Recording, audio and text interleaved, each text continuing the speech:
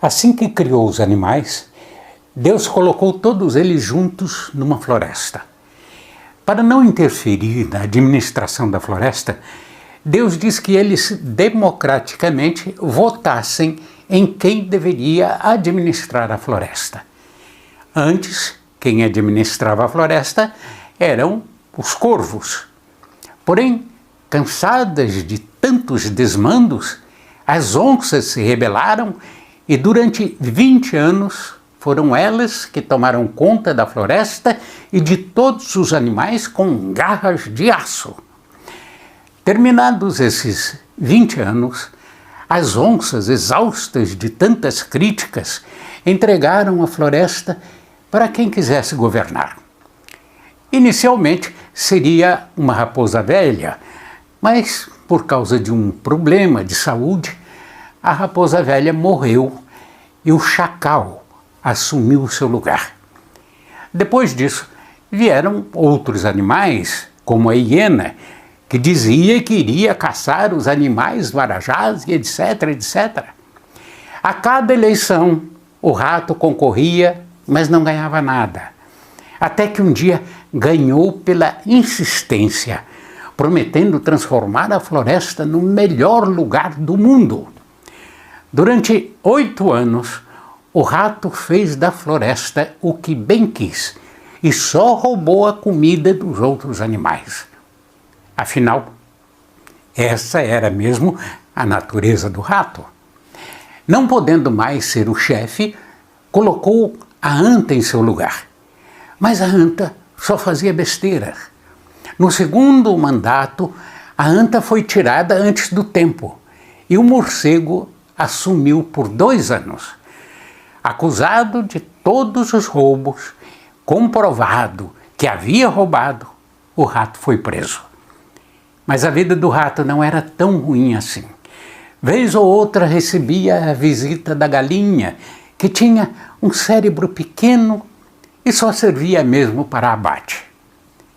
Vieram novas eleições. Os animais, cansados de tantos anos de roubalheira, votaram no leão, que ganhou de lavada.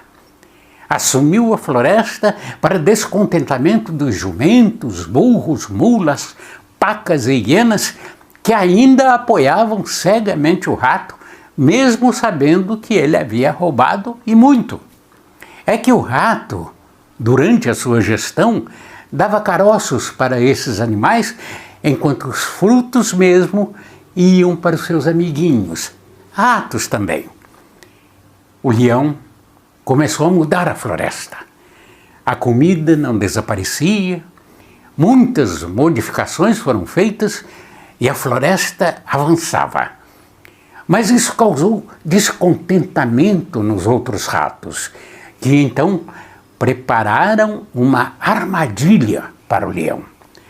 Pediram a 9 abutres que dessem um jeito de inocentar o rato. E assim eles fizeram. O rato saiu da gaiola, se dizendo o animal mais santo da floresta. Os jumentos, os burros, as mulas, as pacas e os veados fizeram uma grande festa. Enquanto o leão governava, os abutres faziam de tudo para atrapalhá-lo.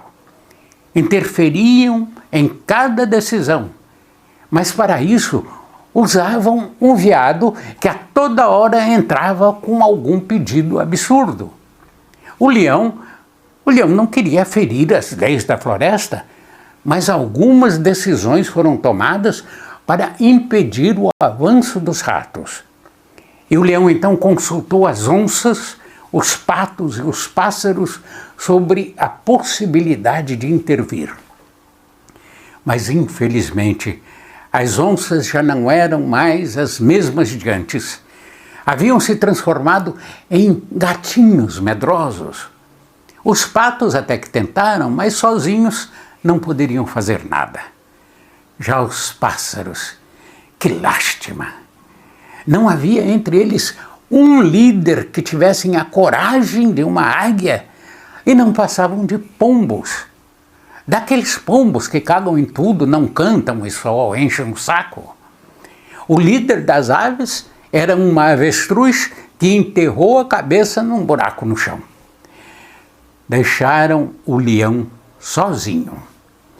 Enquanto isso, os canários cantores e os pavões, acostumados à vida fácil e a receberem os alimentos de graça, faziam propaganda contra o leão, ajudados pelos papagaios. E novas eleições vieram. Os abutres deram um jeitinho de manipular o resultado e o rato foi eleito o rei da floresta novamente. E ai de quem falasse alguma coisa. Um dos abutres mandava prender na mesma hora.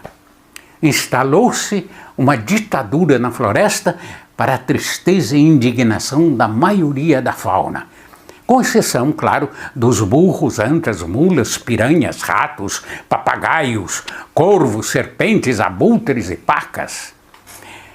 E o leão, triste, foi para uma floresta distante. E enquanto isso, o rato voltou a roubar como nunca antes. Colocou todos os animais que haviam colaborado com ele na sua administração, e esses eram os que mais faziam besteiras. Por exemplo, para tomar conta da justiça, colocou um porco acostumado com os ambientes mais enlameados. Na cultura, colocou a gralha.